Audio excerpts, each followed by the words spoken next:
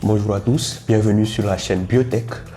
Aujourd'hui, nous allons découvrir 7 notions clés en génétique. Alors que vous venez de débuter la génétique ou que vous soyez un passionné, ces notions sont très importantes et nous allons les rendre les plus claires possibles. Alors, sans plus tarder, débutons cette vidéo. Et n'oubliez pas, prenez vos calepins et vos carnets de notes. Donc, la première notion que nous allons voir, c'est bien sûr l'ADN. Dans sa définition, ADN, très simplement, c'est l'acide désoxyribonucléique. Les acides désoxyribonucléiques. Donc, si nous prenons une définition simple, nous allons dire que l'ADN, c'est la molécule qui porte l'ensemble de l'information génétique. Donc, je répète, l'ADN est tout simplement la molécule qui porte l'ensemble de l'information génétique. C'est-à-dire qu'elle va coder pour différentes protéines qui, par exemple, interviennent dans la glycolyse, c'est-à-dire pour dégrader le glucose jusqu'à obtenir l'acide pyruvique. Donc, cette molécule, elle est essentielle au bon fonctionnement de l'organisme de tout être vivant. Ensuite, nous allons nous intéresser, si on va à une échelle un peu plus condensée, si je vais le dire, nous allons nous intéresser maintenant aux chromosomes.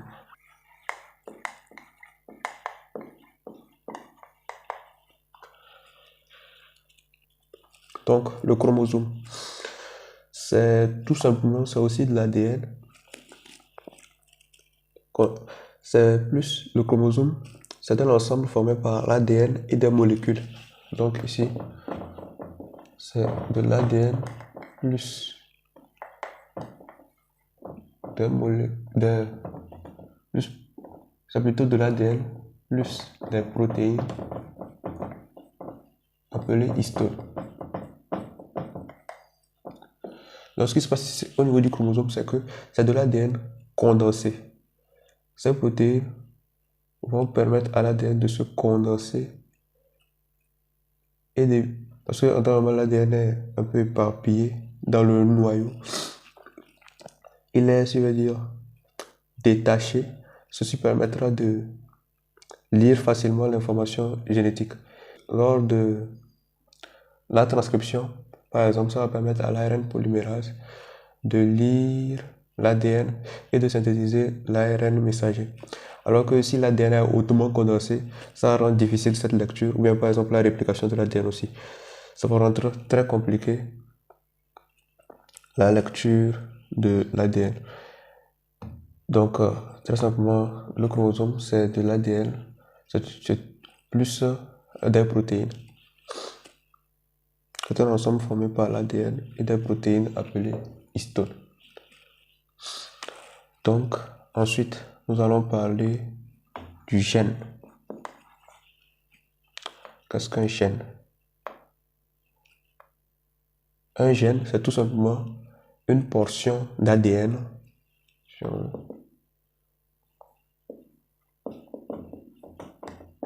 Une portion d'ADN. Un gène, c'est une portion d'ADN qui code pour une protéine spécifique. Donc, oui, ce qu'il faut aussi retenir, c'est que si on prend l'ADN, c'est une molécule informative et la protéine, c'est la molécule fonctionnelle de l'organisme. C'est elle qui va donner une fonction bien déterminée. Donc, c'est une portion d'ADN, comme je le disais, qui va coder pour une protéine spécifique. Par exemple, la protéine qui va donner la couleur des yeux, par exemple, c'est un exemple. Donc, si on fragmente bien l'ADN, c'est un ensemble de gènes.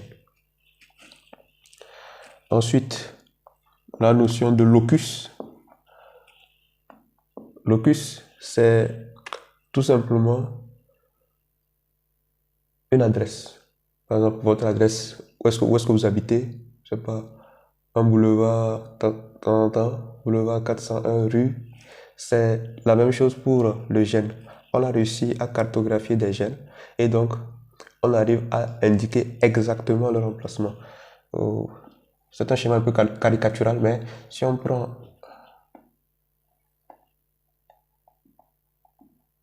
par exemple un chromosome,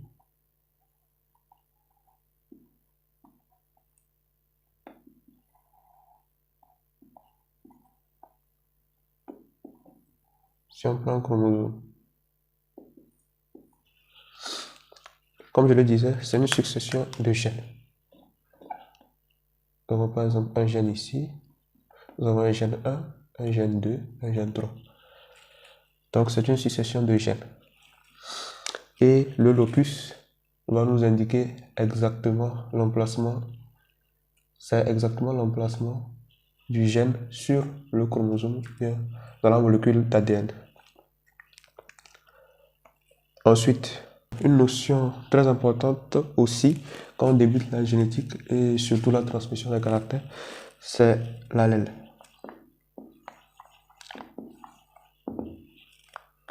Donc, c'est quoi l'allèle? L'allèle, c'est tout simplement la version d'un gène. Donc,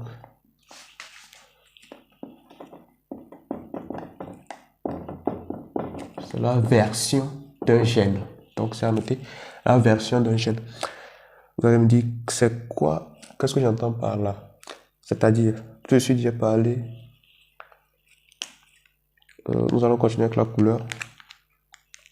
Tout à l'heure, j'ai parlé d'un gène qui code pour la couleur. Nous allons l'appeler le gène X1. Le gène X1 code pour la couleur.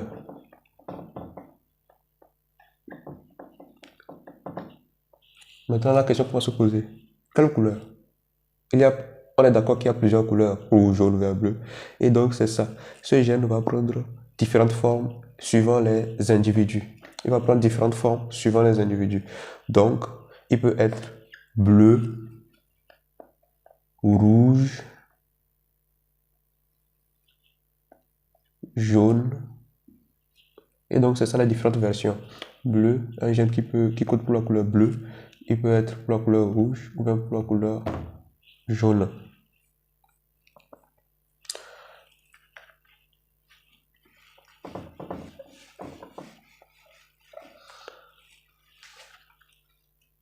Ensuite,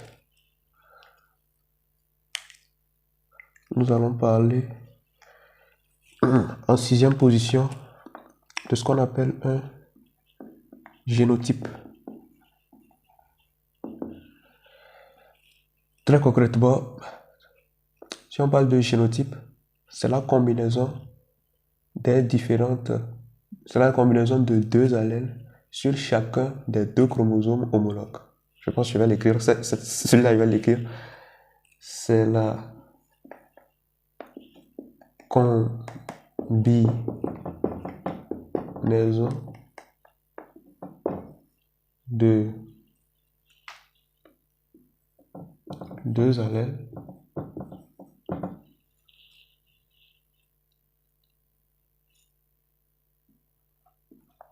sur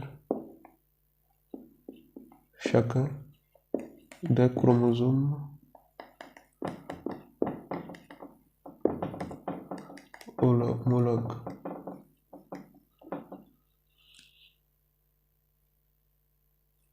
Bien, tout simplement, je pense. Bon, combinaison d'allèles. Bon, tout de suite, j'ai dit deux allèles parce que je prenais l'exemple de l'homme. Mais, par exemple, dans le cas des prokaryotes, ils ont un seul exemplaire au niveau de leur chromosome, c'est un seul exemplaire. Alors que chez l'homme, vous pouvez ajouter deux allèles parce que nous avons deux chromosomes homologues. Donc, si je prends le cas de l'homme, le génotype, très simplement, bon, au-delà de la définition peut paraître complexe, mais très simplement, si on veut faire un petit schéma, supposons que j'ai ce chromosome ici et j'ai un autre chromosome ici. Lui, il va coder, par exemple, lui, c'est les yeux bleus. Comme j'ai dit, c'est la version d'un gène. C'est toujours le gène. Je continue avec le gène X1. Ici, c'est le gène X1. Peut-être que ici, c'est bleu. est rouge. Donc si on va écrire son génotype, il est bleu. Le génotype de cette personne, c'est tout simplement bleu-rouge. C'est son génotype. Maintenant, en dernière position, c'est le phénotype. Phénotype, c'est tout simplement l'expression visible du gène. Quand il dit l'expression visible, c'est-à-dire, bon, je pense tout est clair dans la définition. C'est-à-dire ce que tu vois concrètement. Par exemple, comme je le disais tout de suite, avec la couleur, je dis couleur, le gène code pour cette couleur bleue. J'ai dit qu'il code. Mais nous, on voit, ce qu'on voit, c'est les yeux bleus directement sur la personne. Donc, c'est ce qu'on voit directement, physiquement sur la personne. On ne voit pas la succession de balles azotées A, T, G, C, E. On ne voit pas cette succession de balles-là. Mais on voit phénotypiquement ce que la personne...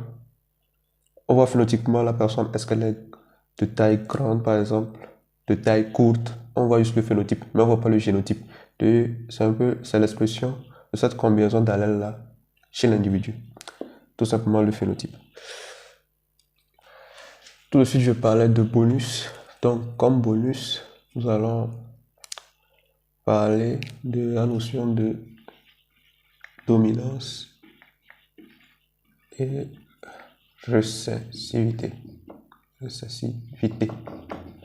Quand je parle de dominance, c'est-à-dire que ce gène, sa présence à lui seul sur l'un des deux chromosomes homologues permet son expression directe, c'est-à-dire qu'il s'exprime directement lorsqu'il est présent en un seul exemplaire.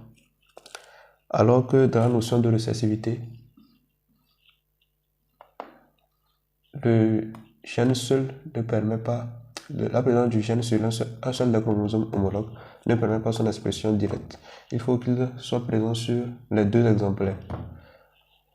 C'est ça la différence entre la notion de dominance et de récessivité. Et un gène dominant, on l'écrit en lettres majuscules par exemple. Et ici en lettres minuscules. En lettres majuscules plutôt. Un gène dominant est toujours en lettres majuscules. Alors qu'un gène récessif, il est en lettres minuscules par exemple, petit a. Bon, nous allons aborder plus en détail ces notions-là dans la prochaine vidéo. Nous allons parler du monohybridisme. Alors, merci d'avoir suivi jusqu'à la fin. Alors, je vous donne rendez-vous la semaine prochaine et merci de votre écoute. Et n'oubliez pas, likez, partagez et de vous abonner. Et si vous avez des questions, vous pouvez les écrire en commentaire ou bien si vous voulez que j'aborde des notions, vous pouvez les écrire également.